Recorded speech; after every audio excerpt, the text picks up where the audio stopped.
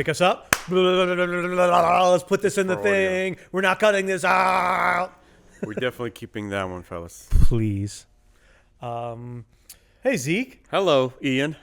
Hello. We got these new fancy microphones. We're coming to you live from either the Poltergeist house, the Stranger Kids Things basement, or possibly Close Encounters. Somewhere. Where any of those? I'm not sure. All wrong. This is Disney Afternoon set, which if we're shooting this now, then you guys already know and already seen the collection. So, but this was our set. Yep. That's the benefit of having access to the film crew here at Roosevelt's is to our studio. Look at this place. There's cool I don't know if you could see it. There's like cool 90s clamshell VHSs and a water bottle, a VCR for the kids at home who, Yeah, this is definitely one of my favorite sets we've built. This was a lot of fun.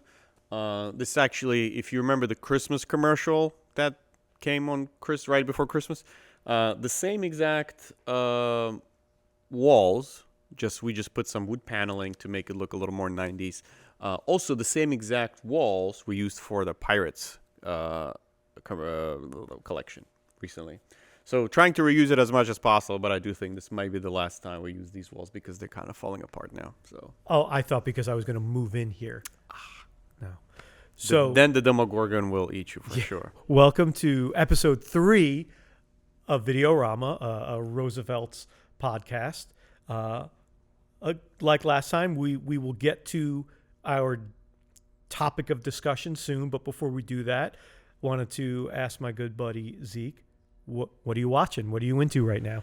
TV or movie? Me and my wife binged through Better Call Saul. This was my second time watching through the whole show. Obviously loved it. Again. What'd you pick up? I particularly was just fascinated with Ray Seahorn's performance. And especially after watching Pluribus, I kind of finally noticed her like in a different light. And I think I literally made a video on this topic, and I compared her to John Cazale. I don't know if you remember who that is. It's one of the best actors of all time who only been in like 5 movies, and all of his movies were like best of the best movies of all time. He's a guy who plays I was gonna say Fredo. Fredo. Michael's brother. Yeah. He was in Dog Day Afternoon. Oh, Godfather Part 1, Part 2. Yeah, I know. He's in Deer Hunter. And what's the 5th movie? I forget. Conversation. Like best movies of all time. So there's a documentary on him. There's going to be a poster of documentary. I forgot the name.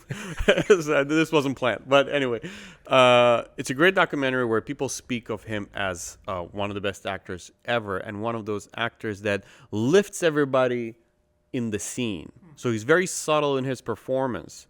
And he, by doing his thing, he lifts his colleagues, his co-stars' performances. So particularly like Michael Corleone Al Pacino is so good because of John Cazale. And you think Rhea Seehorn? Yes. Okay. Yes. Not only it's kind of a little bit gets confirmed if you listen to Bob Odenkirk's interviews, where he talks about how he wasn't very confident in his drama skills.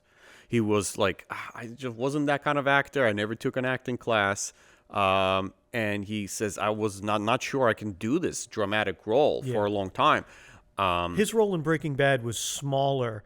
And didn't they expand it after, I guess they saw him performing like, this guy's got to be in more? I think my understanding was they just saw more in the character. Not so much. They liked him. They liked Bob a lot. But his part is, he's a tool in Breaking Bad to fix problems. Yeah. Right? He's a very good screenwriting tool to just fix everything. Hey, you want things to be gone? All right, just Better Call Saul, And he's funny. So he kind of fit perfectly his previous kind of role that he usually plays.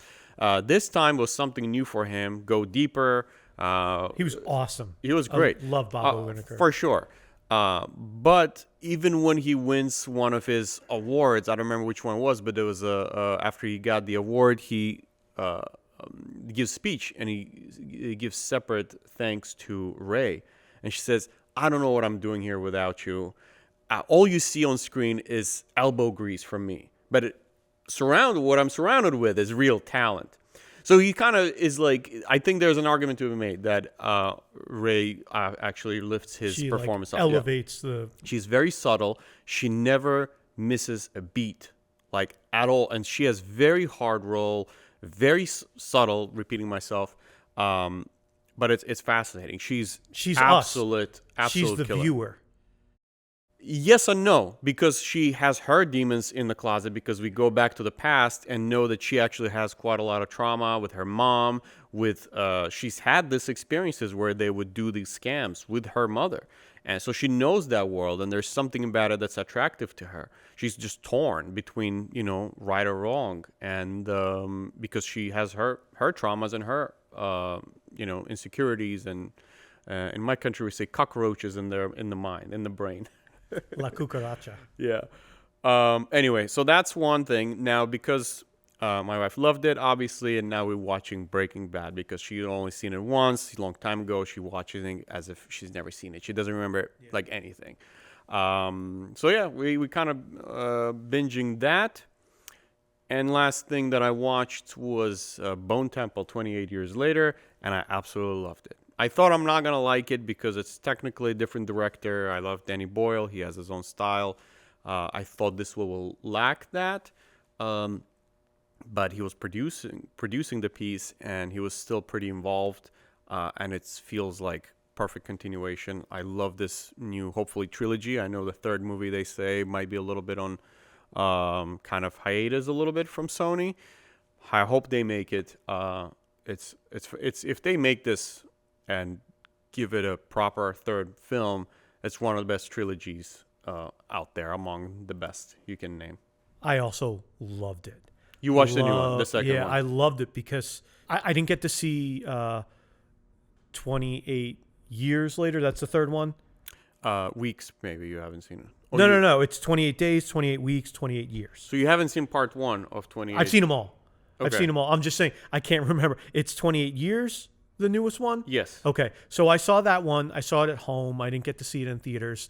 And I was upset about that. I really wanted to see it. And I had heard it was good. And fucking Ray Fiennes, like, come on, man.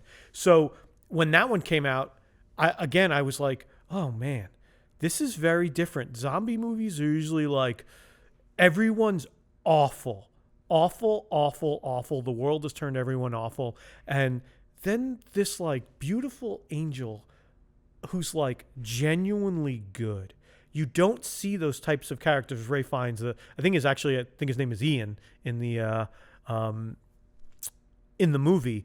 And I kept waiting for, like, also he eats people. Like, and it never came. And he was just this genuinely sweet, caring, empathetic, listening character. And then, oh man, they're coming out with another one that's really going to be the focus of him. And then I found, the Jimmies as well. And then, and people were very mixed on this. Like, some people loved it, and the Bone Temple one. Some people loved it. I know you did. I remember we had spoken about that. Some people hated it, and I was like, what is going to happen here? So I remember watching it, and I'm thinking, I love this. And I'm not going to spoil anything, but, like, again, it was more of, like, it was such a breath of fresh air to see such a noble and human character in this chaos of a world, especially compared to the Jimmies, those characters in the movie. And yeah, the big scene at the end of the fire and all. I don't say anything for anyone who hasn't seen it, but, like, the contrast of the Jimmies and Ray Fiennes' character, the Dr. Ian, was, like, beautiful to me. And I'm so heartbroken that I heard it didn't do well. I saw it in theaters, and I'm heartbroken that they don't know if they're going to do another one. And it was such a great kind of cliffhanger ending, and I hope they do it. Yeah, it almost feels like this part one and part two, they are connected with the boy Spike, but very loosely. If the first one was more about Spike, the second one isn't, but there's still a little bit of, like, Spike is still kind of the vessel into this world. And seems like the cliffhanger ending you're talking about, it's like he would be, should be for the third one. Yeah. And it's this like beautiful, almost like, it seems like those, like, like a biblical little anecdotes or something. Each part, it's so contained, so small. They're not trying to find the cure. They're not trying to save the world. None of that is important. Just get by. Just Survive. get by, survive the situation. And, showing us what kind of people, like you said, are born within this world, like you said, like Jimmy's or someone like Ian, and find peace there, right? And, without spoiling, I guess, but there's some sort of hint, let's just call it that, at the fact that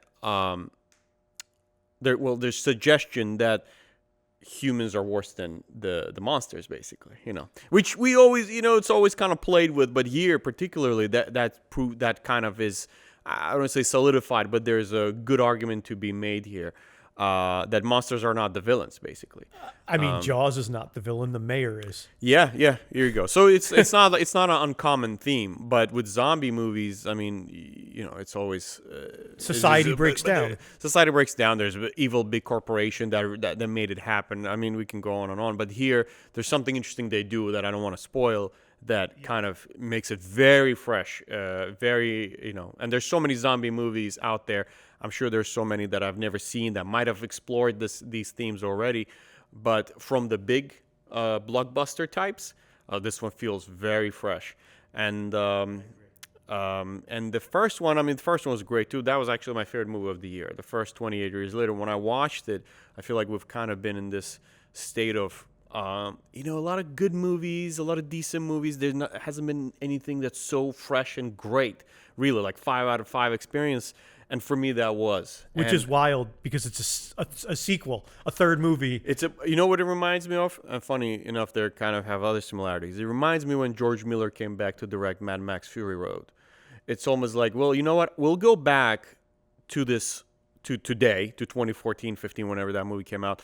And I'm just going to do it the right way. I'm going to show how action is made. That was the big statement. It's like the story, they're just going to go this way and then back. That's it. Like, I'll prove you that we can make it. That's so funny. We can make it legit. And it showed so much. It really stuck, to the face of all the Fast and Furious or whatever action movies that were then that kind of became very stale. This became so fresh. Have you seen the Furiosa? I really like it. I didn't see it, and I keep seeing it like coming up on my feed. And I kind of want to watch it. He has his own vision, even if it's a big blockbuster with a big budget. He does them in their own way. So there are a little bit. It's a different type of movie. Furiosa is quite. So he directed that too. He directed that too. It's a little bit strange, you could say, but that's the beauty of it because this guy is not.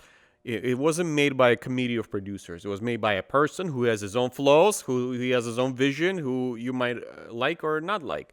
So it's not, but I think it was great. I think Furiosa is great. It has some CGI issues or this or whatever. It might not have as many practical effects as Fury Road. Fury Road feels just like, wow.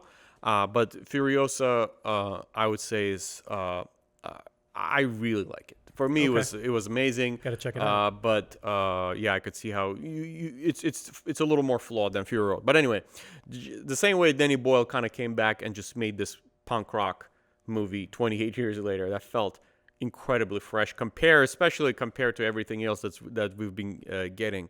And this one, Bone Temple, I was scared that it might not be as good, but it was as good, just perfectly. I can watch it. You should watch them back to back. Like that's how good they are. I didn't watch them that far apart. I think it was within a month that I had seen 28 Years Later and then 28 Years Later Bone Temple because I came to it late. But I want to segue that into something I was watching.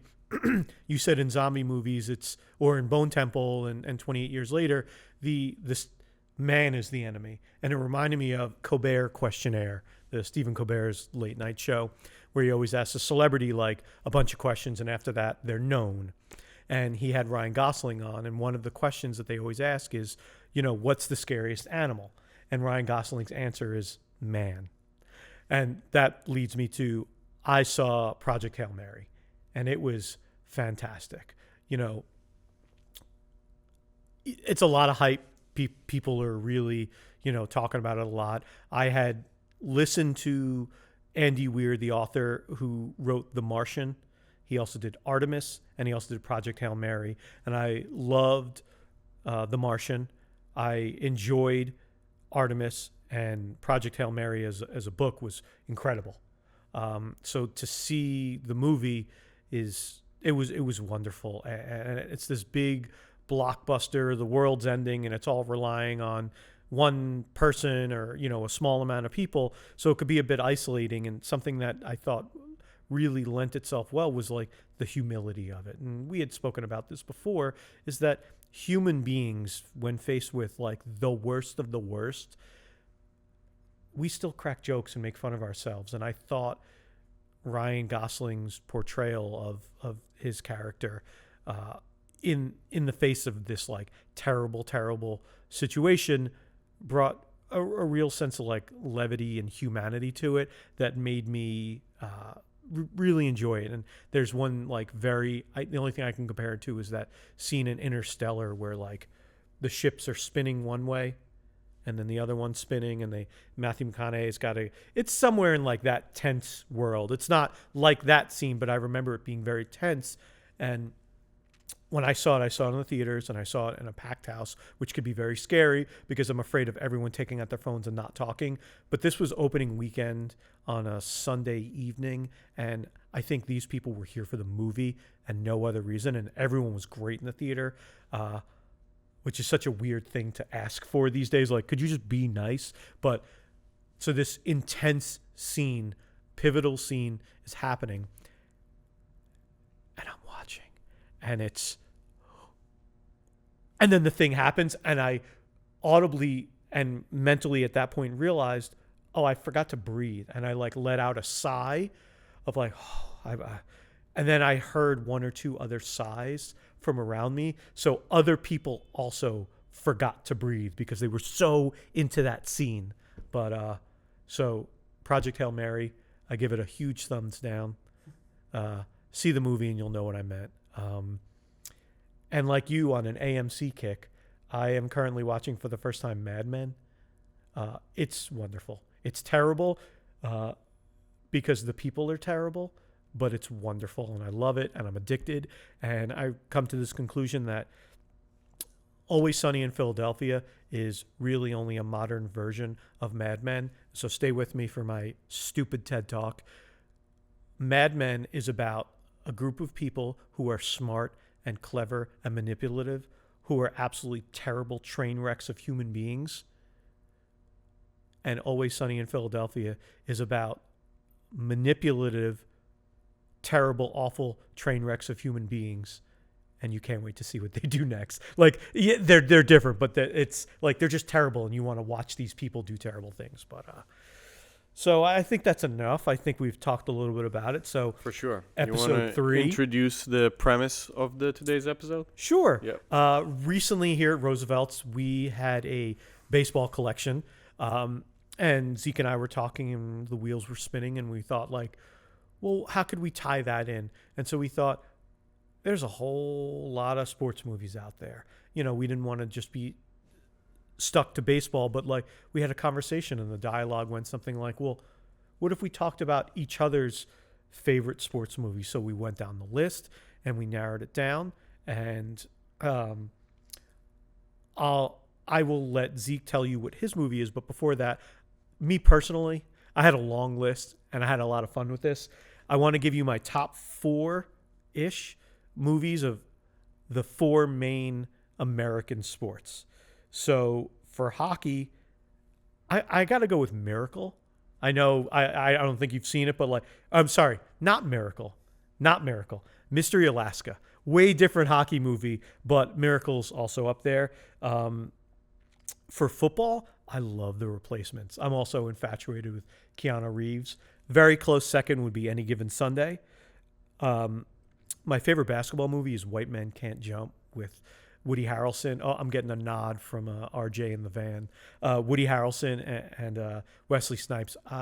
It actually may be my favorite sports movie, but the movie they ended up wanting to talk about today, because I just think it's a more widely loved and known movie, is A League of Their Own with Tom Hanks and Gina Davis and Lori Petty and Madonna, Rosie O'Donnell, all those things. So I'm going to talk about A League of Their Own today. Now, the caveat was that Zeke had never seen A League of Their Own, so he was going to watch it for the first time, and now I'll turn it over to Zeke. What was your favorite? I just want to say and, kind of explain that growing up, we only watched what was given to us. And I guess because of the nature of American sports, most of those movies I've never seen or never even heard of them. So, can I interrupt you? Yeah. When I was watching A League of Their Own, I was kind of doing a little research, and A League of Their Own was like I don't know if it is anymore, but at the time it was the highest grossing baseball movie ever. It bombed outside of America. Almost all sports movies, baseball especially, bomb outside of America because no one cares. Yeah, So I think so that kind of explains it. So I mentioned before, I grew up somewhere else. I came to U.S. only when I was 20 years old. So we covered this, all the Terminators and Predators we got back then, but not a lot of these like sports movies. And we did get a lot of boxing movies, a lot of like martial art movies. So that was very common and very much beloved, and that's kind of what I grew up with. But one of my favorite movies, and the one that I decided to pick, was The Fighter, 2010 David O. Russell movie with Christian Bale, Mark Wahlberg, Amy Adams, and a bunch of more interesting people. Yeah. after that, I don't know the names. But yeah, that's one of my favorite movies ever. It's probably in my top 10, like ever. Just have a huge fascination with it. Christian Bale, kind of in my teenage years, once I became more serious about watching movies, he was like my favorite actor out there. Really he loved him. really like consumes this role. 100%. I do think that for me, it's one of those, one of the best male performances ever. Like alongside with Al Pacino as Michael Corleone, or name your picks, but like best of the John best. Candy in The Great Outdoors. I haven't seen that one, but maybe for next time. Okay. I can watch it and tell you what It's I good. think. Yeah, but I love John Candy. So for those who don't know, The Fighter, David O. Russell, you said it was 2010. For those who don't know, it follows Mickey Ward and Dickie Eklund. Dickie is Christian Bale. Mickey is Marky Mark. Dickie was a famous boxer, and it's based on a true story. He fought Joe Louis, supposedly, knocked him out. But he falls into drugs. Sugar Ray Leonard. Sugar Ray Leonard, not Yeah. Joe Louis. Sorry, thank No, you. it's okay. But he falls into drinking and drugs. His brother is also kind of, an up-and-coming boxer too, and there's a documentary crew following around Christian Bale's character. But it's mostly about Marky Mark, which I keep calling him that because he will forever be Marky Mark. And it's his rise to boxing stardom, the conflicts he has with his brother, who is constantly causing mischief and mayhem in his life, the battle he has with his family, who is also, his mother is his manager, and it's just, he's not on the right path to become a boxing superhero or whatever. But it's the conflict he has with his family, with his brother, on his way to the top of being a boxing champion. But give me your thoughts. We were talking about Fighter first, I guess. Yeah. That kind of leads. Okay. Yeah. Yeah, I mean, there's few things to consider when we watch a movie that's based on a true story. I always feel like it's a thing of a past a little bit. They still make them, but I do think that, funny enough, both of the movies are based on a true story. Yeah. Based on a true story, more or less. Yeah. But I do remember even growing up, like my mom would be like, "Oh, that movie is based on a true story. We should watch that." So it was definitely something that brought people to the movie theaters. And I feel like credibility was lost when they started making horror movies, and saying based on true events. You mean, well, what about the greatest movie based on true events that literally never happened and it's a joke? Fargo. Oh, it says that, At right? the beginning of the movie, it says yeah. based on a true story, and it's not. So I guess maybe all the postmodernists just kind of spoiled it. Bottom line is, like, I'm aware that it has a lot of discrepancies. It's not very true to. They took a lot of liberties. Despite that, it still creates a great illusion, cinematically and within the form, to make me believe that it actually happened. What I mean by that is that technically, for example, they actually used the HBO crew to shoot the fights. Oh yeah, yeah, and they have that look. It's static. Not by accident. It's Yeah. very kind of, it's like 60 frames or 30 frames. Like, it just looks like you're watching it on TV. They actually use the cameras and the HBO crew to shoot those fights.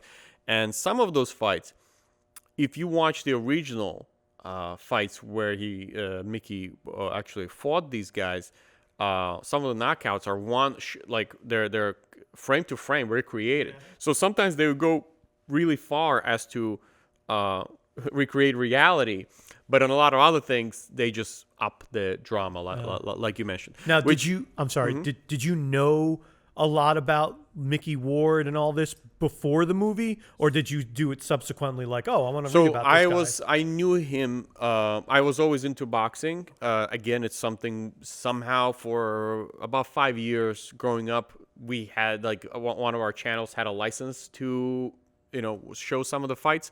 And the Klitschko brothers were very popular back then, and they were champions. So they showed a lot of, like, the Russian channels particularly, they showed a lot of Klitschko fights. So I watched a lot of, like, heavyweight guys mostly. But then the Arturo Gatti, Mickey Ward, which is like his magnum opus, the biggest fights. They actually talk about those fights in the post-credit. Yeah, Gatti. So it's like one of the, like, best 3 fights that happened, which I believe Mickey Ward only won 1. So, but that's like a multi-million, paycheck kind of deals, and they don't even get to them in the movie, which I find very interesting. They go everything before that, so we never see him really rise to become the champion, which, I like that. It's just concentrate on a smaller story, right? But I knew about Mickey Ward. I can't say I was a fan or anything like that, but I've seen one of the Gatti fights when I was a kid. Okay. And I didn't know the story about his brother or anything like that, so I didn't have, a lot of information. I just went in as, like, I kind of like David Russell. I've seen some other movies, and I wanted to watch it. Yeah. And I love Christian Bale. As do I. As you do too. Yeah. It's one of those movies that, first of all, Mark Wahlberg also was kind of his passion project. He wanted to play Mickey Ward for a very long time. Okay. And he's been they were working on a script, and he's been kind of going from one producer to another. It's one of those roles he just kind of really wanted to play, and I think it's one of the best roles he plays in his career, because it's very understated performance. It's very subtle, and I think Mark is actually really good at that. He's not your, Johnny Depp, Christian Bale, like crazy, he's very kind of contained and small, and he's good at that kind of playing. I noticed that he was much more reserved in this. He was still Mark Wahlberg, but, like, he let everyone else chew the scenery. He was a quiet observer. He wasn't. Yeah, which is what his character is all about, because he's another interesting thing that's happening here. Traditionally in a screenwriting room, in Screenwriting 101, the teacher would tell you, make your protagonist active. But experienced writers, they can play with that rule, and they can break the rule, obviously, and they can make their characters passive, where even if they're the main star. Even though the main star, and it's a very hard thing to do.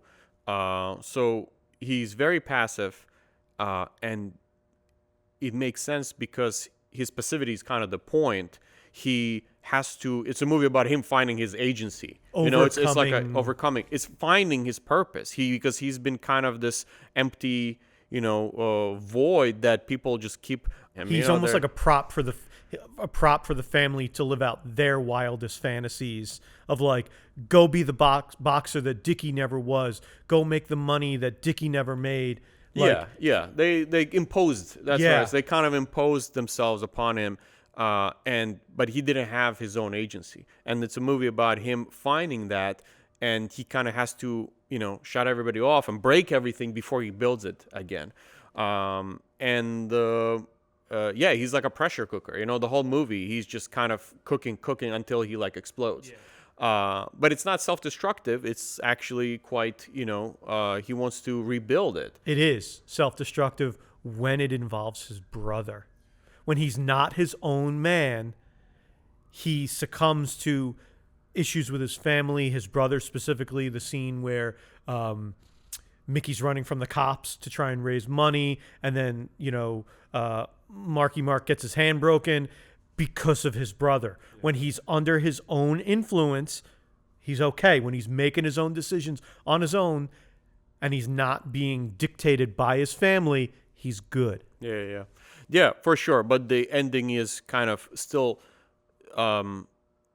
it brings the point that he wants him as well on the team. Yeah. So there's kind of like, because he chose it. He chose it. He chose it. Right. Yes, correct. Yeah, he's not. He doesn't need him. He wants him. Yes. Right. That's kind of yes. the thesis that we come down to, and it's fascinating that Charlene, she's against that now too. So she has to learn. She goes through the arc too. Yeah. And it takes. And I love that scene with when Dickie shows up to Charlene's. At the porch. This isn't about us. It's about him. It's one of my favorite scenes, like of all time. Like I swear, and even the little subtleties in Christian Bale's performance when he's arguing with her. By the time she goes down, he like stands around and there's a guy with a dog and he's like, "Is that Cocker Spaniel?" Like he's just all over the place. It's so crazy to capture that. Is just absolutely infatuated with every little detail in it. When he goes, then he gets the cake. He eats the cake on the way back. And I kept thinking it's getting on his shirt, and that was bothering me. Yeah, it's just so beautiful in every aspect. It's funny that you brought up that dog scene where when he goes to Isla Fisher's house, and she's coming downstairs, and in that small little break, there's just a dude walking his dog down the street, and I thought for sure it was going to be one of those, "What are you looking at? Get the fuck out of here!" And it really, really surprised me, that little moment that he's so heated and he's trying to do right by his brother, but do right by his brother's girl that he clearly loves. That Marky Mark clearly loves this woman, so he doesn't want to do wrong by her. And but he's still in this little quiet moment is just like, "Oh, look, there's a dog." It just wasn't what I expect. That little 100%, nuanced performance. Yeah, it's not basically telegraphed. You don't really know what's going to happen. Something might happen, but it's just completely different. He's erratic, and he proved us all wrong. Right. I noticed a similarity in Mark Wahlberg's character to another movie he's made. Which one? Oh, another movie Mark Wahlberg made? Okay. His character is very similar to Dirk Diggler, which I know is Who's that? Dirk Diggler is from Boogie Nights. Oh, yeah. So he's he's not the smartest, he's not the sharpest, but god damn it, he wants to do it on his own, and he needs help from people. But it's got to be on his terms, and he's a little soft-spoken, but sometimes the pressure cooker, he just pops. And then in the end, he does what he wants to do. But that's a good comparison. It's a little similar, which that's another freaking awesome movie. For sure. Yeah, you can't skim over Boogie Nights. No. That's a whole other conversation. Yeah, but we're gonna skim over it right now. But it's funny. But actually, David O. Russell is, I think, one of his biggest strengths. He's not one of those auteur directors that has his way of talking to his audience, and I don't love a lot of his movies. I actually think I know he did Silver Lining. He did American Hustle. He did Joy, which I don't really like. Which one is Joy? It's about Jennifer Lawrence, where she invents that was after Silver Linings, right? No, it was after American Hustle, I think. Doesn't she? It's like Tupperware or something. Yeah, like one of those brands. Like she invents some broom. I don't really like American Hustle that much. I don't like Joy. I like Silver Lining Playbook. I like Three Kings, which is a great one. Oh, with George Clooney and Ice-T. Yeah. That movie rules. That's him. And I love his first film that got him, I think, to Sundance, that kind of his first movie, Spanking Monkey. I've heard of it. I've never seen it. It's a crazy concept. Again, Does he has his write own- all of his movies? A Or he lot of tries, them. A lot yeah. of them. So the fighter he didn't write, and I find the stuff he doesn't write I find a little bit better. Three Kings wasn't his neither, and it's a great one. Okay. Anyway, but one of his biggest strengths is getting incredible performances out of his actors. I thought the parts are greater than the sum in American Hustle. American Hustle, 100%. American Hustle, but even the That's Silver Lining Denzel Playbook. and Christian Bale. Or no. Yeah, Christian Bale, Bradley Cooper, Jennifer Lawrence, also Jeremy Renner. What am I? Um, Yeah. He also did Amsterdam that came out a couple years ago. Was that with I'm Christian still Bale? I haven't seen that one either. Yeah, it's a bunch of people. That Yeah. one was. I haven't seen that He one. likes ensembles. Yeah, ensemble cast is his thing. But he gets the best out of everybody. Okay. But even Bradley Cooper in the Silver Lining Playbook, I didn't know he's capable of doing something like that. Yeah. Like, he's very good at getting, or non-actors. He can get non-actors do crazy stuff. Fun fact from The Fighter, the guy who plays O'Keefe, Which one? the cop trainer, Mustache. plays himself. Oh, He's yeah? the real guy he's a real cop Oh. in Lowell, Massachusetts. Massachusetts, and he plays himself. He was just younger then. He literally was their trainer, and he's great. He's one of the best. He's so funny. You know without what? trying. He's believable, and I don't mean that in any derogatory sense. It was just that guy. I 100% believe he is that guy. Yeah, which he was. It turns out He was. He was. Yeah. There were a few things I noticed about in my handy dandy notebook that I wrote. This is a stretch, and look, we watch a lot of movies. I love it. It's The Great Escape. One of my favorite movies of all time is Michael Mann's Collateral. Oh, it's so great. I think this was almost like a turning point in how I watch movies. Now, when did that come out? 2004, I think. 2004. So at that point, I was still working in the Regal movie theater on my long journey, and I was inhaling every movie that I possibly could. And I remember watching that, and I remember seeing it at the time, and there were people coming out of the theater just like, what the hell was that? And like, what kind of ending was that? And I was like, something like switched on in me. I'm like, I don't know. I didn't know how to describe it, and I'm kind of being vague about it now, but like the way the movie was shot, I think it had something to do with Michael Mann wanted to use, I think it was something like a red camera. It was like one of the first times that they were going to do digital film, and that people didn't like it at the time, and some people still don't like it because it never got the truest blacks, and it was a little grainy. But there was something about that movie that, and stay with me here, it's not a non sequitur. Los Angeles was the third character of that. It's Jamie Foxx and Tom Cruise and Los Angeles. Los Angeles was a living, breathing character. And I had never seen a movie shot like that where I was in it and I'm like, this feels like a lived-in world. Even if the streets are empty, it was incredible. Like, I felt like I was there. I felt like I could smell the air. And to a certain degree, this movie, The Fighter, had very natural lighting. I know when there's shots in cars where there's like a lot of uplighting or things are overly dark where I'm just like, could somebody turn on a fucking light? People don't live like this. Like, turn on a light, stop it. But this movie had bright outdoor shots, but then it had dark night shots. I remember very vividly there was a scene where they're leaving a movie theater. Marky Mark and Isla Fisher, they're leaving like a movie theater, and the street lights before everyone changed from like that warm yellow to like this bright white that's in the real world now.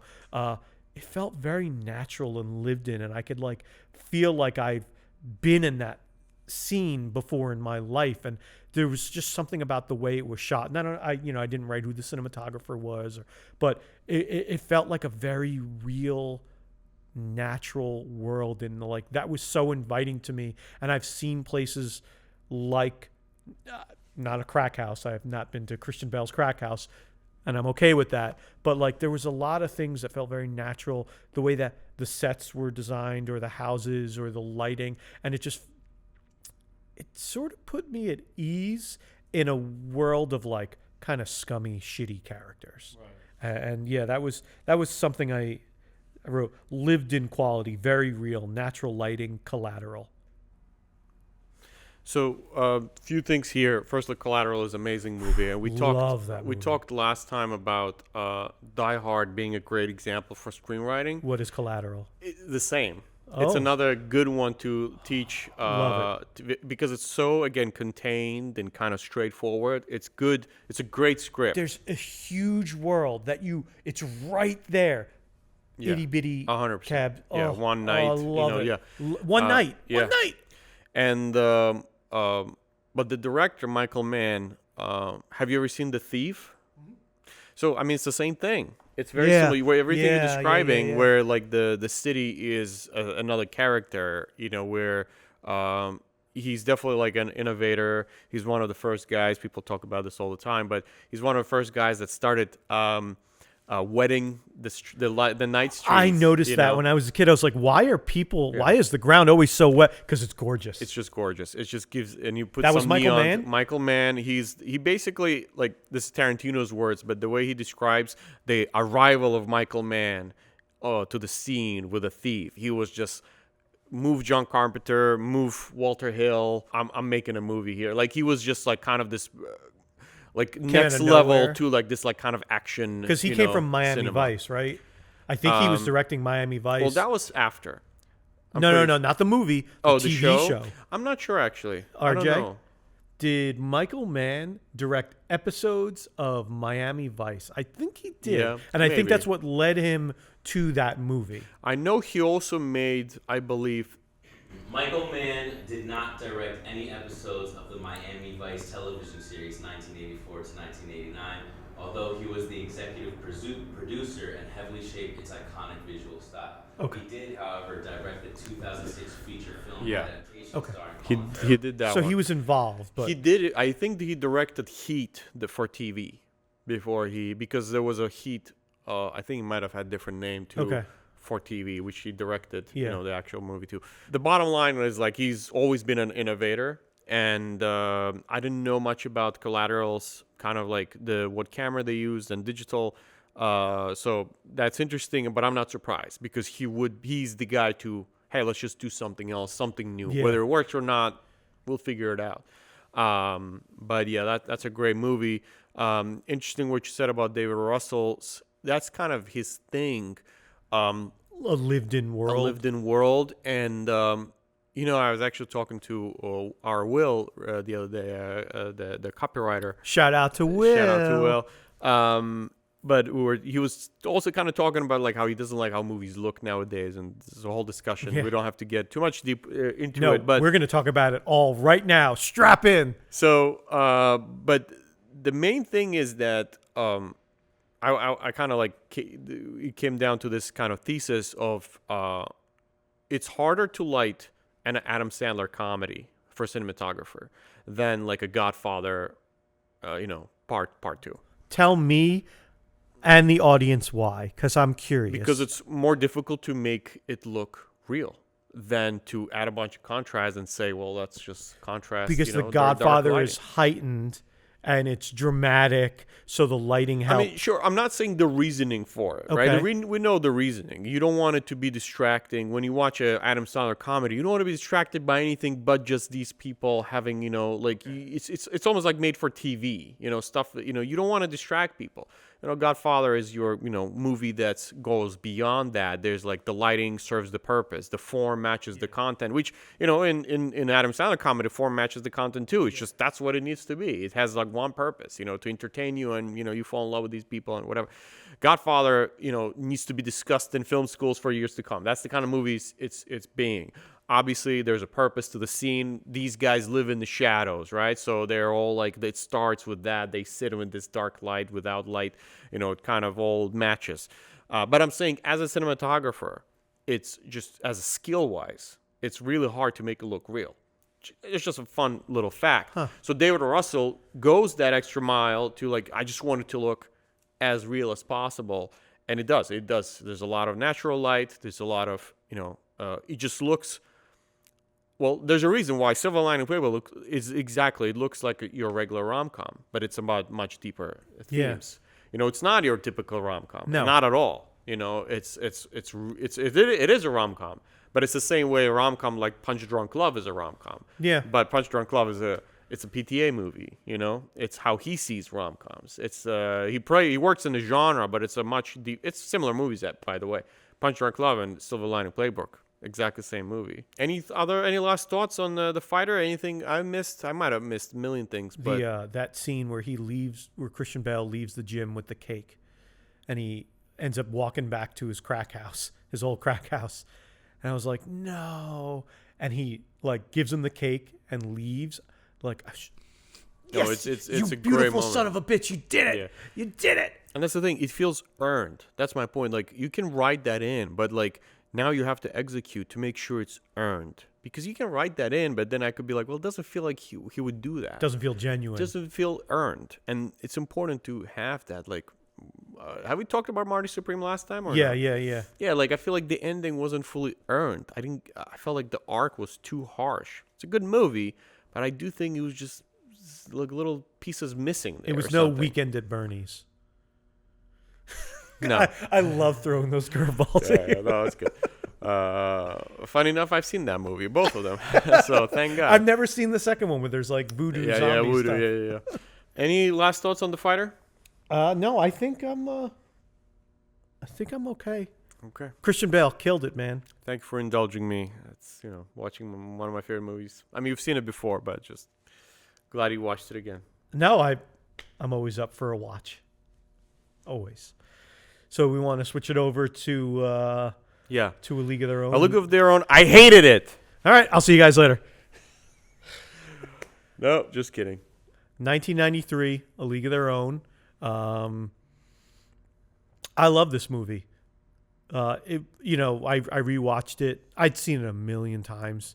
Again, for those who don't know, this follows the creation of the All-American Baseball League. I'm probably skipping a letter in the acronym, but it's Penny Marshall directed it. She said she saw a documentary. It's like a half-hour documentary on this, that she didn't even know this women's baseball league existed, that it was created when all the men, not all of the men, but when men went overseas to fight in World War II, there weren't enough players to fill out these teams, which is actually an inaccuracy. There was the American League and the National League. Again, I read all this stuff. I didn't know this, but apparently there were minor league teams and they just brought over other players. But regardless, they didn't have a lot of men's league teams and they didn't know what to do. So this, in the movie, it's hard. I wrote it down.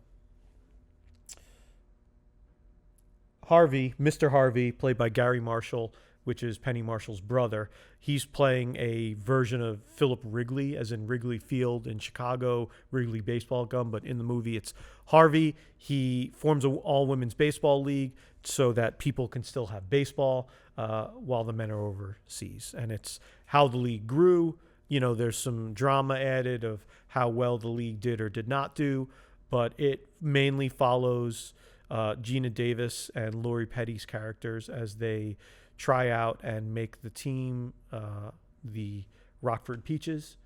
And that's it. And going all through the first season and the trials and tribulations of all the girls and such. What did you think? This is the first time you saw it. Yeah, I didn't know much about it at all. I've never heard of it. I didn't know it existed, this movie. Never even seen scenes from it. No, nothing. Really? It's got one of the most famous quotes of all time, the no crying in baseball. Yeah, I realized. I figured. Did you hear it and then go, No. oh, I've heard No. that? No? No. Again, just kind of, there's a lot of things missing from, my kind of knowledge about like a lot of American movies. I haven't seen a lot of Penny Marshall movies, but I realized, obviously, I've seen Big, but I also seen Awakenings, which I love that movie. Get Shorty. I wrote those down. Okay. I was a huge Robin Williams fan. Huge. So you've seen that. Yeah. I loved Awakenings. Such a great movie and Yeah. such a great De Niro role. Yeah. Like he, obviously he's had a lot of great roles, but later in his life, he kind of became more static. Yeah, and that one was exceptional. Outside of his wow. comfort zone. Has to be. Yeah. Outside of anyone's comfort zone, that's a vulnerable thing to do. Yeah. A lot of younger actors do that. They just kind of go crazy. I mean, it's hard. That is it's a great fun watch. I always find these there's this category of 90s movies, and Awakenings might be one of them, but like Forrest Gump or like Shawshank Redemption, they're very dark movies, but they're presented to you in this oh, it's a easy family watch. Like Prison Seems Okay. Yeah. Don't you speak ill of Shawshank. Okay, fun fact. We're going to expose somebody today. He's never seen Shawshank Redemption. Neither has my wife. Well, I've never seen it per se. All right, League of Their Own. The movie really surprised me with how funny it was. I did not expect to be laughing out loud. And I watched it last night, in bed, kind of, just relaxing. Didn't expect anything, was just hoping for a fun, good sharp. movie. It's sharp. But it's, so sharp, and it would catch me off guard. And I would just be like, what? And just start laughing. Couldn't hold it. And it's so playful. Like the scene really made me laugh. It's just like a perfect joke. They set it up way before that when one of the girls they don't want to take because she's not pretty. Oh, a lot of night games. And then they cut to that documentary style footage and where they introduce everyone. Marla Hooch. And they introduce her what a hitter. Oh my goodness. That's so funny. It's a great visual gag. It's so funny. That's a great joke. There's a few other moments. Even the crying scene, like you said. I mean, the stuff with the what's his name? Tom Hanks, who I also never seen him do anything like this. I mean, he kind of becomes your generic Tom Hanks later in the movie, but I didn't know what to expect. And I was just like, are they going to go where they have romantic interest? And it's how are they going to do that? And I am glad none of that happened. I'm watching it, and my wife and I are rewatching it a couple of nights ago. And I had said to her that it never dawned on me. And I was like, a lot of movies seem to have this forced romance. And I had said to her, I was like, you know what I just realized? There's a scene on the bus where Dottie Henson and Jimmy Dugan, Gina Davis, Tom Hanks are talking to each other, and they're exchanging literal war stories. Or her, Bob is in the army. It's like, there's no romance here. There's no forced romance. And you know what? That's awesome.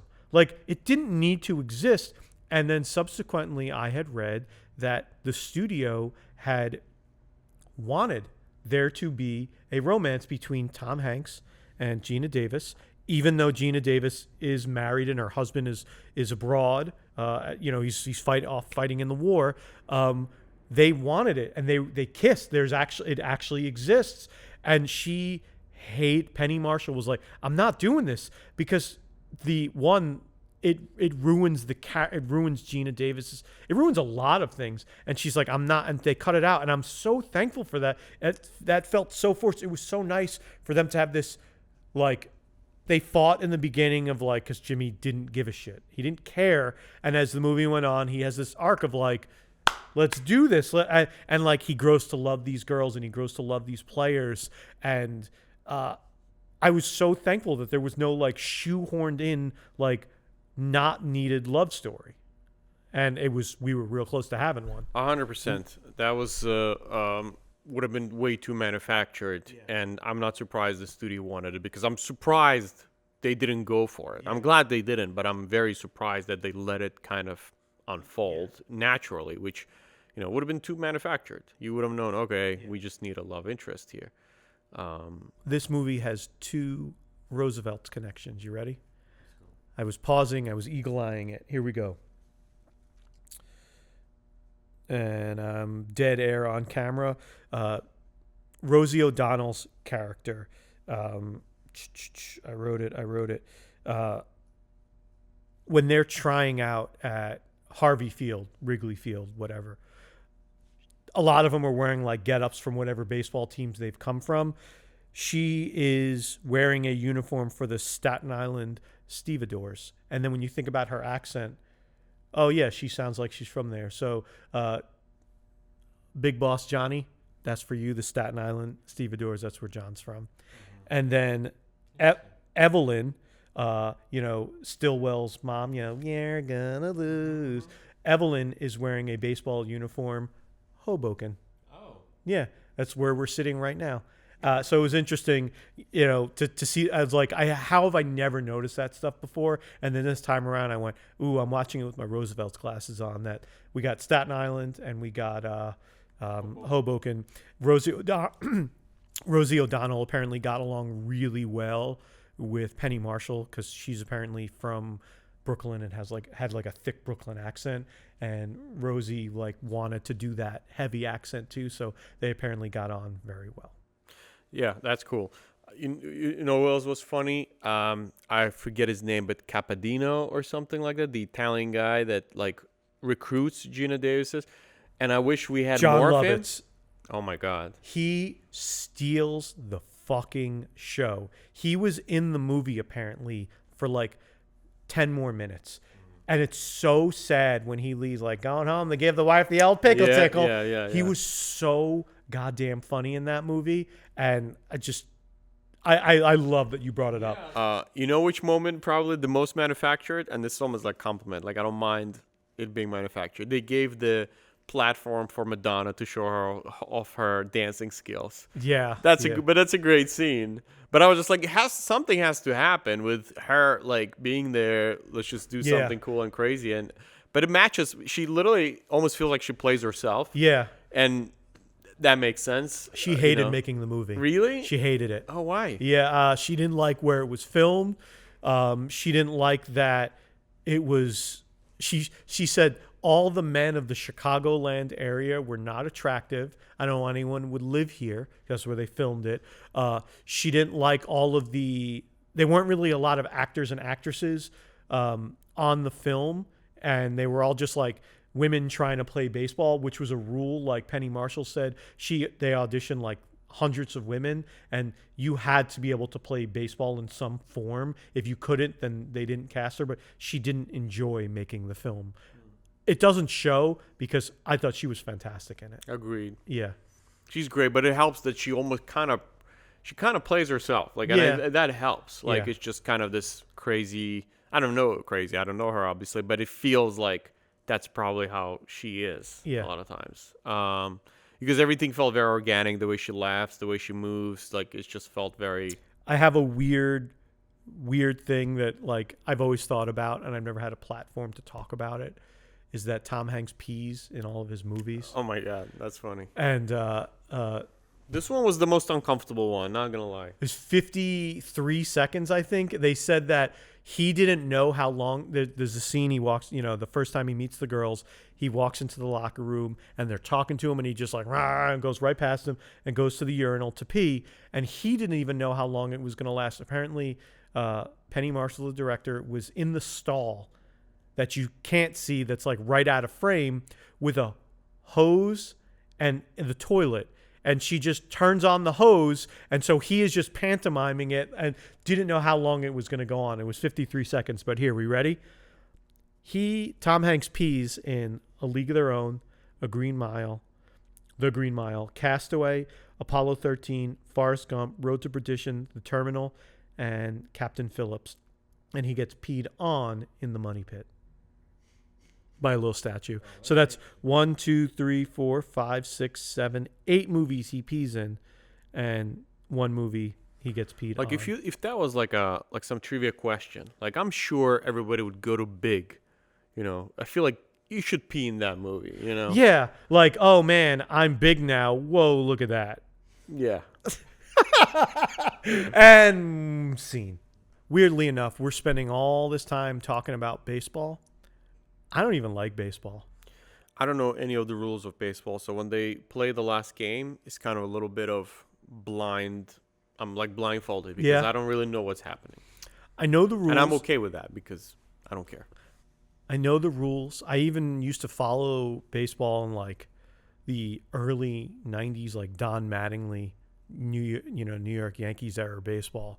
But I never liked it, and I think one of the funniest and most memorable things my uncle has ever said to me, who was and still is a diehard baseball fan, he's like, I love hockey. That's what I love. And he's like, it's too fast. I don't like it. And he said to me once, I love baseball. I get my drink, I get my snack, I sit down in my favorite chair, I turn the game on, and then I take a nap. And then I check in every so often, and then I'm up for the ninth inning, and then I'm good. I'm like, why the hell would you want to watch it? So that my uncle said that to me years ago, and it never left me. But baseball in movie form, to quote Brad Pitt in Moneyball, My favorite baseball movie. it's hard not to be Moneyball's romantic. It's hard not to be romantic about baseball. I love baseball in movies. I've even played it in real life once with my father-in-law. He plays in like an old-timey baseball league where they like wear the old uniforms and no gloves, and it's got like 1920s rules which are different now. You can catch the ball on a pop-up, and even if it bounces once, it's still an out. But I digress. I don't really like baseball as a sport, but the movies, the Major League movies, The Scout with Brendan Fraser, Bull Durham, Field of Dreams, like there's The Sandlot. Like I love these movies, and I couldn't care less about baseball, and that's just so odd to me. But like, yeah, There's nothing odd here. That's the whole point of filmmaking and storytelling. It's none of these movies are about baseball. It's the stories that tune you in. It's the stories that capture your attention and soul. So that's how every movie works. That's why when people tell me, "Oh, I don't like movies about boxing," I don't like boxing. I'm not gonna like the movie. It's like it's never about the thing. It's always about something else. It's the stories. That's why they up the dramatization. That's why they do. I mean, did the Gina Davis's sister actually get switched to the other team in real life? Did it actually really happen? Because that's the whole point. she didn't exist. She didn't exist. I'm sure. Gina Davis's character is based on Dottie something, but she was a pitcher in the league who played for like 6 or 7 seasons. So Gina Davis's character was a catcher and played for 1 season. But my question was basically rhetorical. Yeah, I know yeah, the yes. answer. I know the answer. No. I was sure that didn't exist, but that's a lot of drama. The final game, your sister was switched to the other team, that she has insecurity. She's kind of in your shadow of her sister. Her sister doesn't want to be there. I mean, the Gina Davis, right? She doesn't want to be there. She basically went there for her little sister, and now they play in different teams, and the little one actually, they win. So I have a question for you. Yep. Final scene of the movie. You just watched this last night, right? I hate the final scene of the movie. Okay. I hate the fact that it's presented to me. I apologize. In this, it's a memory. Bookended, yeah. Book. I hate that. Oh, by the way, the woman who plays Gina Davis in her old age, that's not Gina Davis in makeup, right? I do know that, yeah. There was an actress who looked so much like her. But every choice was great. Yeah, Yeah, it's uncanny, but it also is. It is Gina Davis's voice. Yeah, I dubbed didn't over. know that actually. I noticed by myself. I was like, it sounds exactly like her. She looks just like her, but it's definitely not makeup. It's definitely her voice. Yeah. I was like, that just made sense. Okay, so not the bookended parts, but one of the final scenes in the actual World Series game, when Kit is storming down the third baseline to home plate, and she crashes into Gina Davis's character. And Gina Davis, she drops the ball. So Kit's safe. They win the World Series. I don't know the answer to this. I didn't read it anywhere. Do you think Gina Davis drops the ball to let her win? Or do you think Kit actually hit her with such force that, sure, she dropped the ball and they did, in fact, legitimately win? So Kit was basically, she won. Yeah. And I think it's important for the story for her to get the actual confidence. So it wasn't given to her this time. It's she not earned cheap. something. It's earned. Yeah, it's earned. I think that's. Otherwise, I don't know what this movie is about. If she just lets her win, that just doesn't fully make sense to me. You're absolutely. Because you have to be right. You have to. You have to be right. I mean, because the thing is, like, Gina Davis, like, she doesn't have anything to earn from winning because she doesn't even need to be there. So her character is not undermined if that happens. Yeah. She wants to be with her husband that is back. She's happier. Yeah. She got her win. So for Kit, baseball was important. She wanted to win. So I feel like the fact that Gina Davis' character, again, loses, she doesn't really lose anything. So, and she doesn't gain anything from just giving it. Like, I don't know. That's what I think. I'm not going to say you're right or wrong. I'm going to say you have to be right, because if not, it cheapens the whole movie. Yeah, then I don't know what the movie's about, honestly. Yeah. Because that's the whole crux. We come down to that. It's like, okay, how do we make it right? Yeah, I agree.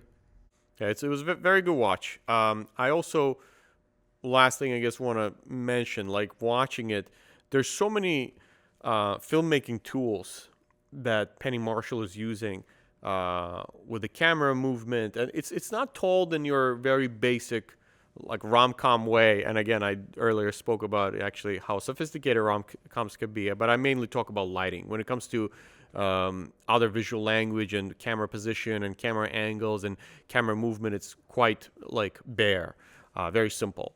With lighting, it's a little more sophisticated, but here there's a lot of these like zoom shots, zooming in, zooming out when you need it to highlight dynamism. I think that's a word. Like something being dynamic. Dynamic. I'm pretty sure it's a word. So to make something very dynamic. So a lot of shots, they cut very well. They're very kinetic, dynamic, which matches obviously what we're watching, the sport. But so yeah, it's very well shot. There's a to add to that, there's a great visual gag, another one where the team is on the bus and they're talking about, we're gonna go out tonight. We saw a bar, and they're like, oh, May's gonna poison. Yeah. I forget lady, her name. The chaperone, and in the end she gets kissed by Jimmy, and that makes her so sick that she's sick, which that says a lot. Like, what the hell was that kiss like that she is now like puking her guts out? But the scene where you're in her room and Jimmy's sitting on the bed comforting her, and the doctor is saying like, in all my years of medicine, I've never seen someone throw. But like, then the foreground comes into soft focus, and the background goes to the window where the girls are sneaking out. They're like, May, what did you do to her? You're gonna kill her. I didn't even do anything. But the idea that they would be trying to sneak out through a window that's literally her window is very funny, but also like it's a choice. But that's a great, like, the camera doesn't move. It's just changing focus between foreground, background. That's literally what I'm talking about. Basically, it's things like that. They elevate the movie, not cheapen it, because it's so easy to just cut to them being outside already. A second shot. Yeah, but this takes so much effort to make the shot work, because you have to light basically two scenes. You have to light interior, and then you have to light whatever's happening outdoors. And make sure there's no glare. 100%. Yeah. All of that. And then focus, right? Focus puller, one of the most underappreciated jobs ever on set. He has to make sure, and how they used to pull focus back in the day, they would just measure. You don't have like a little monitor and just see what's going on. So they measure, from your eye to the camera, then we're going to go here, and then they measure it again. So you have to it's this harder setup than just cutting to them outside. And this is when filmmakers, they gave a shit. They gave a shit, and producers have trust in them, because that raises costs. Anything like that raises costs. Costs just time, people's time. The most expensive thing on set is time, people's time. And okay, now this shot is going to take not an hour, it's going to take 2 hours. All right, can we afford 2 hours? Because once you have these decisions, right, at the end of the month, you have a whole day that you can save money on, right? Every time you add an hour here, an hour there. So it's all time. And that's how costs raise. Once you have more complicated setups, it takes more time to shoot, to execute them. I always talk about, one of my professors was in film school, Tom Riley. He's like a legend, just like Hollywood assistant director, AD, which assistant directors usually, they basically do the logistical part for directors. So they make sure, they kind of run the set, and they keep you on schedule. So they'll tell director, well, you can afford 3 more takes of this. If not, we're going to start cutting in the budget. Mm-hmm. And big shot director could be like, don't worry, I'll deal with the producers later, but I need 5-10 more takes, right? Whatever.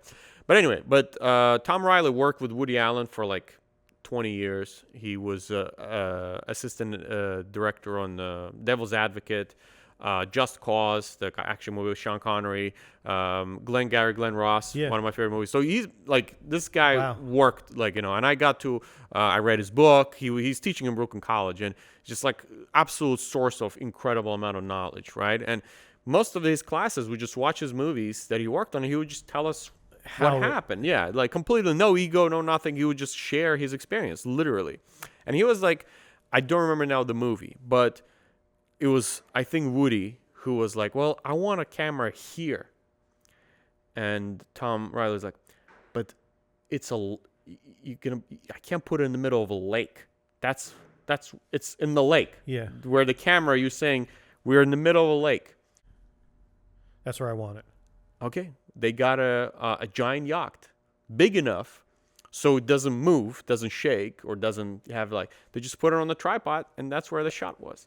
That's it. There's no lake in the movie. No one knows there's like water there. It's just like, that's not important. It's just, that's where the shot, this is our frame, this is where I want it to be. Directors always fight trying to get their way, basically, and it's just constantly real set, not a real set. We build this. How much do we build? How much equipment do we need? Does the shot really need to be this complicated or not? And it's just, it's a very, very complicated, the most complicated out of all arts, because it involves so many people and so much money. There's nothing that takes more money than making a movie from all the other types of arts. Yeah, that's I guess. It's interesting. Something I had known about the movie, and I don't physically understand it. Maybe you can tell me, because you have more of an idea of how this stuff works. Is there's a scene in the movie that one is interestingly shot, where they're in the Peaches locker room, and it's more towards the end of the movie, and like a postman comes to deliver the telegram that Betty Spaghetti's husband has passed away, and the way it's shot is the camera, I believe, is like leading with Tom Hanks, but then it switches to behind him, and it's like you're going with it, and you think it's going to stop at Gina Davis, but it ends up stopping at the girl next to her. And it's a powerful scene. It's a touching scene. That scene apparently took a couple of weeks to shoot, and I don't physically comprehend that. How does a scene that's like 48 seconds? Now, I know they shoot a lot more, but how does a scene that takes under a minute take a couple of weeks to shoot? Now, I know there's also, it's an emotional scene and you got to get up to it, but like, that's wild to me. And that little scene that you could argue, does it move the needle? I don't, it's a great, powerful scene. Like, what the hell does an assistant director or a line producer or whoever the title is go, are you kidding me? You have to take 3 weeks to shoot this scene? No, we're not doing that. Like, and obviously, if what you're telling me with your professor is just like they have to fight for this stuff, I can't imagine what it was like for a director to fight for this under a minute scene that took a couple of weeks to shoot. That's wild to me. I would say 2 weeks does sound a little too much. I didn't see anything there that's like, so who knows what was their kind of hurdles. I don't know. Maybe it didn't feel genuine. Maybe it was too much crying, too little. 100%. They could have rewritten the script because of that or whatever. I would assume that they definitely shot more setups, and then they just decided to go with this one, which is a little more, I guess, end up being more cinematic, and the one they just went with. But there might have been like a traditional coverage, like a wide shot, close-ups, medium shots, reactions of all other people. It's a lot of people involved, so usually that's a hard thing. I still think 2 weeks, I think maybe they had something else going on that just wasn't working for them. So any more thoughts? No, I think that the mastery of filmmaking needs to be mentioned because it's very simple. It's not calling attention. It's not Interstellar or whatever, Inception. There's no swirling cameras or swirling sets. But two people having a conversation be interesting. All I'm saying is like it's understated, but it's there. There's a lot of good cinematic things that are happening that, match what we're watching. I guess when it's good, you don't notice. Exactly. You only notice when something's off. Correct. If it's distracting, I mean, my brain is forever, and yours probably too. We notice too much. Yeah. And we are forever effed when it comes to this. So it's going to be hard for us not to notice things. But if a random person watching the movie, if they're distracted by cinematography, usually that's not a good thing.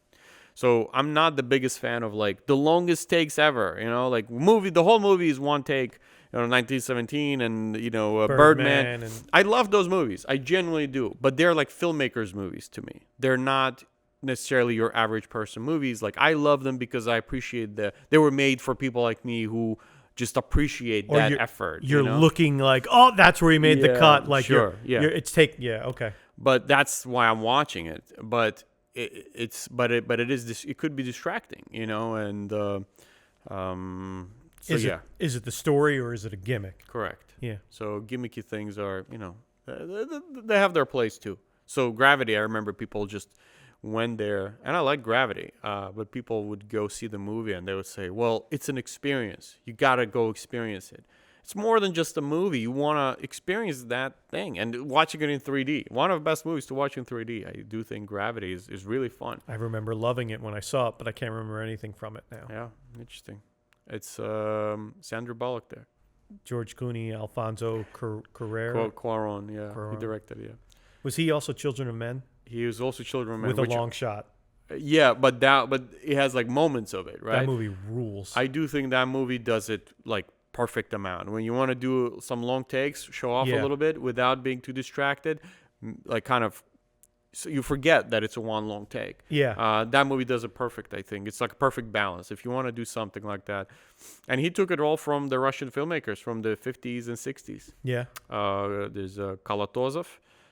He made Cranes Are Flying, I Am Cuba. These are some of the movies that has like incredible long takes that 100%, like there's no discussing. Inarritu and Cuarón, Lubeski, their cinematographer. I just want the viewers to know I have no idea about any of these people. Okay, but you are a wealth of. I love it. I love it. You're also a wealth of knowledge. So, and that's what we're talking. But thank you. No, but seriously, like some of those movies back in the day, and those are filmmakers. I know it sounds so trite. Oh, back in the day they had the filmmakers, but you can do it with the little camera, your long take with your little camera. But back then, I don't know how they did it. Get in the bus, get out of the bus all in one long take with people. Then it goes on the crane all the way up. This giant, enormous, heavy machinery. Like, talk about effort. Talk about talking to your producer and being like, this is what I need to do. It's like, how? We need tractors and cranes, like real cranes to like help you do all this. Like there's a shot on I'm Cuba, I'm pretty sure I showed you, where they go from the first floor to like fifth floor. The camera goes across one building to the other and just goes in the middle of the street, just like all in one, like 5-minute take. And it's glorious. It's just so incredible. Like, I don't know how they do it. Like, you can probably guess, but like, why and how? Jesus, without drones, without any of that stuff. I mean, Orson Welles, right? The Citizen Kane, like, he was one of the pioneers of a lot of this film language. He realized what a low angle does, right? He puts the character in the power of a position of power, right? Just low angle, you look more intimidating, right? Higher angle, looking down at you, you look small, right? You can break these rules. Have been breaking a million times, but he's one of the first ones who figured that out. They use those in comic books too. So Jack Kirby would do it, and who pioneered it? Like, that's the guy. People say why is it in the Kane best movie of all time, because it just hits everything, every single. Before that, wasn't it just everything was just like straight on, and you can't see the ceiling because that's where all the lighting fixtures would be. So this broke. It was like, we're gonna see the ceiling. It was like, let's figure out a different way to light. Yeah. Oh, but how we're gonna put the camera down? It's so big. It's on a thing. Yeah. We're gonna break the floor and make dig a hole just to put camera there. All for what? And it's weird that, like, what do you mean no one's thought of that before? Because it literally was never done before. Exactly. I mean, simple things. I mean, we've talked about D.W. Griffith with you once. I remember, like, he invented things like a match cut, like that I can cut in closer on action. He realized that action actually hides the cut, right? I go for you, just adjust a little shirt. You can cut in that moment, and it'll match and you won't notice the cut. So otherwise it's a jump cut. If you just do this, cut in closer, and then I go like things like that, or intercut the time cut. It's called. So I don't know what that means. Something happens here now while your friend is on the way to let us know that there's a bomb in this during this podcast right under the couch.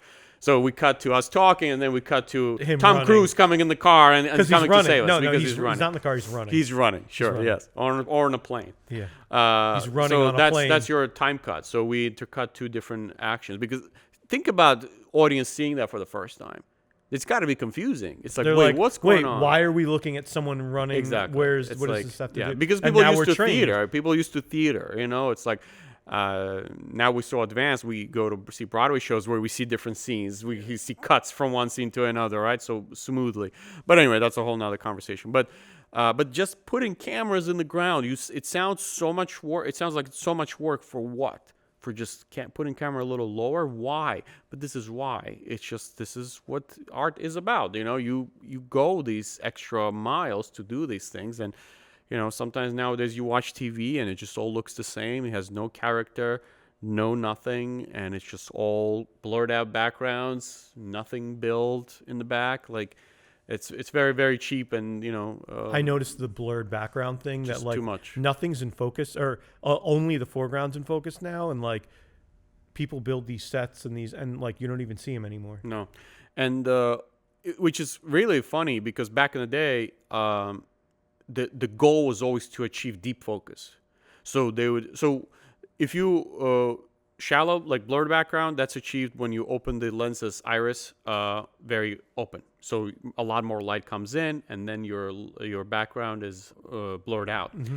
You have to close the iris to get deep focus. So, but then it's too dark. So you have to bring so much light. So that's how so sometimes they would like be blinded by lights, but they would still achieve deep focus. Also, another technique, the Orson Welles, I'm pretty sure he's the one that pioneered it. He would do a split diopter, like a add-on to the lens. What it would basically do, let's say the shot is here, and my face is on this side, right, of the frame. Let's say on the right side, and your face is on the left side. Oh, is And that where both that's are- super in focus and it's in the Both foreground? Both are in focus. Oh, there's one of those in Pulp Fiction. Yes, when 100%. When He'd Bruce use it all Willis the time. is running away from Marcellus Wallace, and he's like hiding behind the wall, but you Yes, see yeah, Marcellus yeah. Wallace running down. Yeah. So if you notice, all those, they have like a line, blurred out line in the middle. Yeah, that's where the because edge it's of the literally wall. it's a lens with two line. different focal. It's like a bifocals, like bifocal, the glasses you wear exactly. for distance, for close. Exactly. Huh. And it's achieved to get deep focus even in this situation, because naturally a lens cannot do that. You can focus on one thing at a time, and but it's just too close. Even if you do close iris all the way down, you're too close to the frame, to the lens, to get you in focus and that in focus. You need that split diopter. So my point is, like, they've been trying to achieve deep focus forever, so you can put more information into the image. And now they just blur everything out. And they just blur everything out, because it's every frame a painting. You can literally, there's a YouTube channel that was very famous that kind of talked about this. It was called Every Frame a Painting, but it's real. You try to put more information there, because everything matters. Your shirt, this pillow, everything tells a certain story. It's all the choice. And you want to keep that, because production designers and all these art directors, they work on this stuff. Costume designers, all of that. But now it's cheap. When you just blur everything out, it looks cinematic. Like the YouTubers, they ruined the word cinematic forever and ever. Today, cinematic means blurred out background, orange and blue light, which I have right there. But and the drone colors, shot, and a drone shot. That's your cinematic thing, and slow motion. That's your Thanks, cinematic Zack Snyder. stuff. Zack Snyder, one of them, but it's really the YouTubers, the YouTuber videographers, people like me ruined this. Well, we got a little technical there. Sorry. I hope you enjoyed that as much as I did. But any final thoughts before we sign off? No. No, it's a good movie. Both movies are great. I really liked A League of Their Own. I wish they made movies like that more often. Yours was a little heavier, but definitely enjoyed it. And getting to see Christian Bale chew the scenery is For always sure. a welcome thing. Mm-hmm. Well, thanks for watching, guys, and you stay classy, San Diego. Bye, RJ. Bye.